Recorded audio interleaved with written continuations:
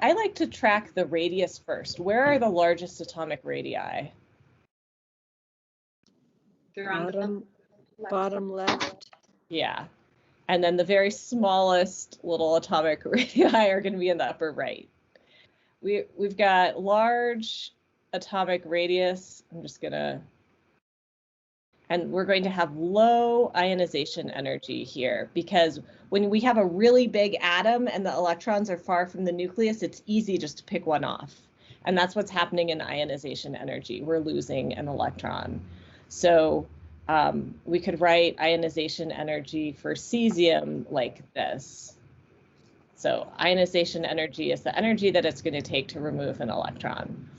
And we're also going to have lower electron affinity here. And electron affinity would be written as we have an element and then we add an electron, how much energy is released. And I know we don't see cesium minus ever, so that makes us feel a little queasy. It's because we're really going to see those negative anions formed by elements up here. So, but that's what this electron affinity equation looks like. So up here, we've got small atomic radius, but we're going to have high ionization energy and higher electron affinity.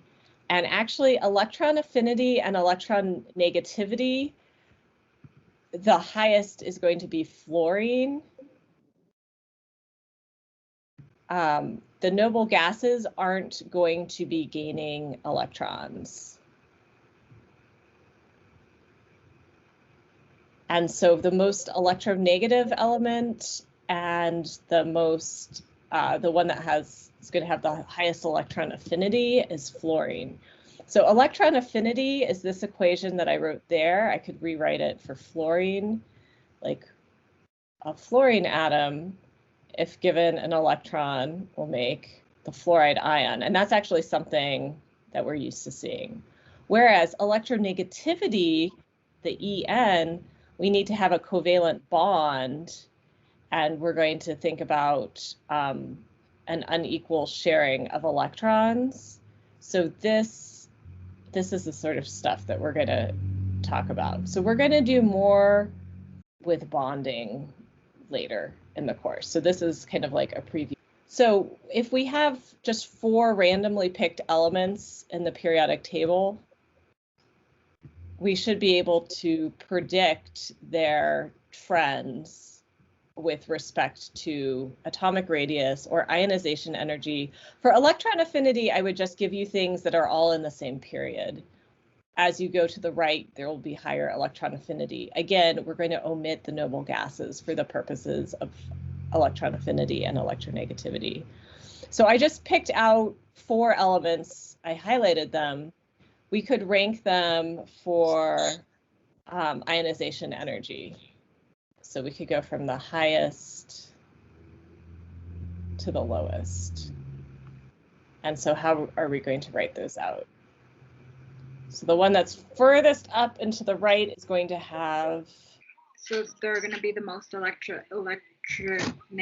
no, they have the most electron affinity. Yeah, so we also have the highest. Yeah, but right now we're going to focus on ionization energy. However, the trends are the same.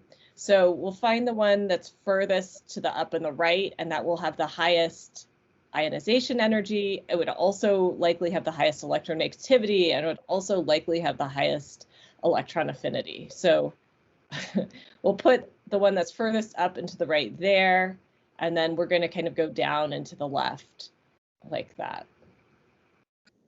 Does that make sense?